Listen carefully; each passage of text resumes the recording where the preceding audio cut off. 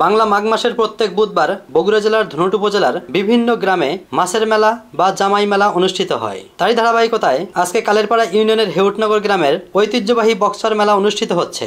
কিন্তু রাজনৈতিক দ্বিধাদ্বন্দ্বের কারণে মেলাটি দুইটি ভাগে বিভক্ত হয়ে গেছে। একটি অংশ গ্রামের দক্ষিণ পাড়া খাজার মোড়ে মেলার আয়োজন করেছে, আর একটি অংশ প্রতি বছরের ন্যায় কোদলাপাড়ায় মেলার আয়োজন করেছে। ভাগ করলেন, তাতে কি ব্যবসা এখানে হচ্ছে? হচ্ছে তো একটু হবে, হালকা সাইজ ব্যবসা হচ্ছে, লোক নাই তো। মেলা দুই ভাগ হয়ে গেল, এখানে এসে কি বেচা কিনি বাড়তেছে নাকি কমতেছে? এখন তো মেলা শুরু হয় না, এখন দেখা যায় আল্লাহ কি করে। নতুন মেলা লাগাইছেন, মাল জোর করে নামাইছেন যাতে এখানে ফুরা যায়, তাহলে আর বছর আর আমার জোর করা লাগবে না, এই কথা বলতেছি আমি। বেচা কিনি ওই মেলার মতন হয় না, বুঝছেন? কিন্তু এখন এরা আমাকে খালি আশ্বাস দিতেছে কোনো মাল থাকবে না আপনাকে, আমরা তো তেমন বেচা কিনি করতে পারতেছি না। যদিও এই মেলাটি মূলত মাছের মেলা, তথাপি এখানে প্রচুর পরিমাণে গরুর মাংস বিক্রয় করা হয়, সেই সাথে হাঁস, মুরগি এবং পোলট্রি তো রয়েছেই। এই মেলা উপলক্ষে অত্র অঞ্চলের সকল জামাইদেরকে দাওয়াত করা হয়। জামাইরা মেলা থেকে বিশাল আকার মাছ কিনে নিয়ে শ্বশুরবাড়ি যায়। মাছের সঙ্গে থাকে খই, মুড়ি, মুরগি, কদমা, জিলাপি, কাটাগজা, খাগড়াই এবং বাহারি রকমের মিষ্টি। তবে সকল মিষ্টান্নের মধ্য থেকে এই মেলার আরেকটি প্রধান আকর্ষণ মাছ আকৃতির বিশাল আকার মিষ্টি, যেই মিষ্টিগুলি 1 থেকে 5 কেজি পর্যন্ত ওজনের হয়। মাছ মাংস রান্নার জন্য এই এলাকার দোকানিরা মশলার পসরা সাজিয়ে বসেন।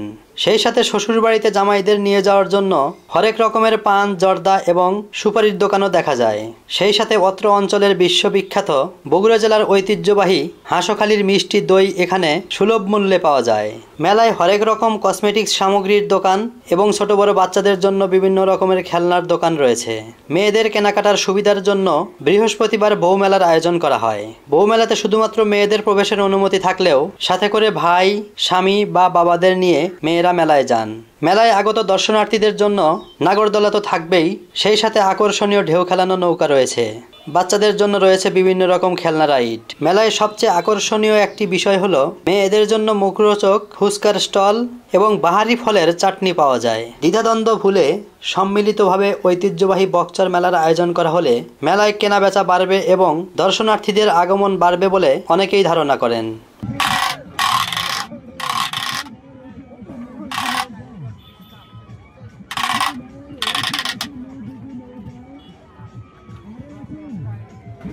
এই যে টমটম বানান, এতে আপনাদের খরচা কেমন হয়?